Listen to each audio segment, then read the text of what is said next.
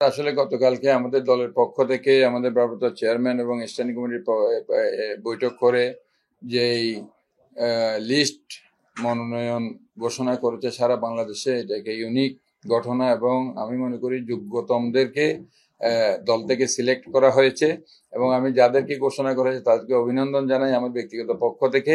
এবং আমার নাম যে ঘোষণা করা হয়েছে এটা আমি শুনেছি, সারা দেশবাসী শুনেছে এবং পরবর্তীতে কি কারণে স্থগিত ঘোষণা করা হলো এটা এটা আমার নলেজে নাই। তবে আমার কথা স্পষ্ট, আমার কথা হচ্ছে যে কি দল করি, দল যদি আমাকে বিবেচনা করে নমিনেশন দেয় অবশ্যই দলের পক্ষ হয়ে দানের শেষ নির্বাচন করব। আর যদি দল যদি আমার চেয়ে কাউকে যোগ্য মনে করে আর কাউকে নমিনেশন দেয় আমি তার জন্য নিরলসভাবে আন্তরিকভাবে তাকে জেতানোর জন্য কাজ করবো। এটা দলের একজন কর্মী হিসেবে আমার এটা হচ্ছে আমার কমিটমেন্ট এবং এই কমিটমেন্ট নিয়েই আমরা রাজনীতি করি। এই দলের সাথে আজকে প্রায় 42 বছর, কখনো যে ছাত্র রাজনীতি থেকে আসাবিদ্যা আন্দোলন থেকে এই দলের সাথে আছি। দলের কোনোদিন নিজের প্রাপ্তির জন্য দল করিনি, আদর্শকে ভালোবেসে দেশের জনগণের জন্য মানুষের জন্য রাজনীতি করি।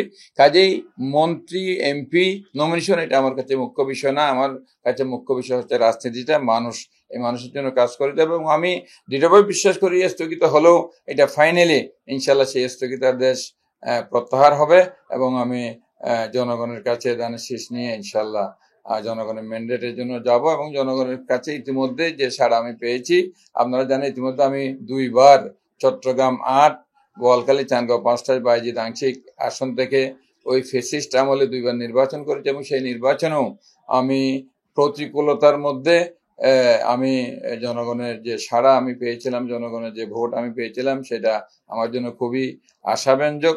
কাজে মানুষের সাথে আছি, কাজে মানুষের উপর আমার আস্থা আছে, জনগণের প্রতি আমার আস্থা আছে। জনগণ যদি আমাকে পায় অত্যন্ত, আমি ইতিমধ্যে মানুষের যে ভালোবাসা আমি দেখেছি, নেতা কর্মীদের যে উচ্ছ্বাস আমি দেখেছি আমার নমিনেশন ঘোষণা করার পরে, সেটা আমাকে অনেক অনুপ্রাণিত করেছে।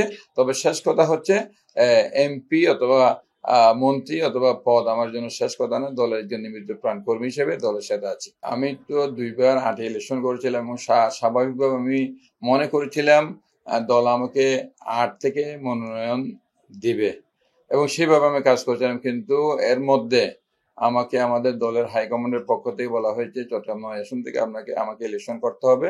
আমি হাইকমান্ডের নির্দেশনা পেয়েই আমি 9-এর জন্য আমি মানসিকভাবে প্রস্তুতি নিয়েছি এবং মানুষের ব্যাপক সাড়া পেয়েছি। বিং এ ম্যান, ধরেন কষ্ট, আমাদের তো রাগ, অভিমান, দুঃখ, কষ্ট এটা আমাদের সহজাত প্রবৃত্তি, এটা স্রষ্টা আমাদেরকে ওইভাবে সৃষ্টি করেছেন।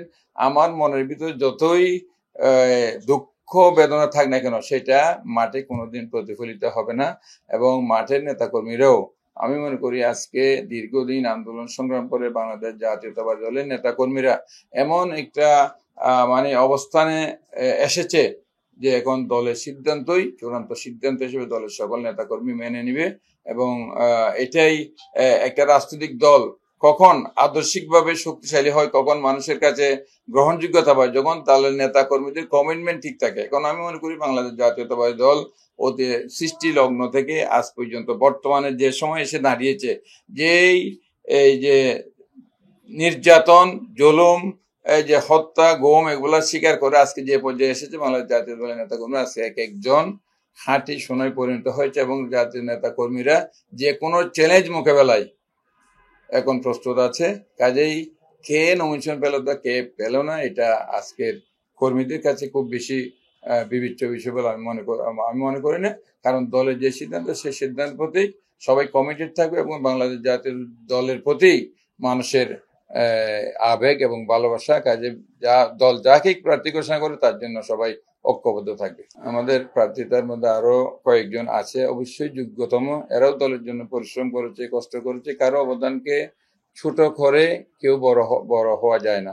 আমি মনে করি আমাকে যদি দল নির্বাচন করে, দল যদি আমাকে বেছে নেয় অবশ্যই আমাদের বাকি ভাইয়েরা আমার সাথে কাজ করবে। আর আমাকে না দিলেও যদি অন্য যে কাউকে দিলে, আমি তো আগেই বলেছি আমি খুব আনন্দ চিত্তে আমি তাদের জন্য কাজ করব, তাদের পাশে গিয়ে দাঁড়াবো।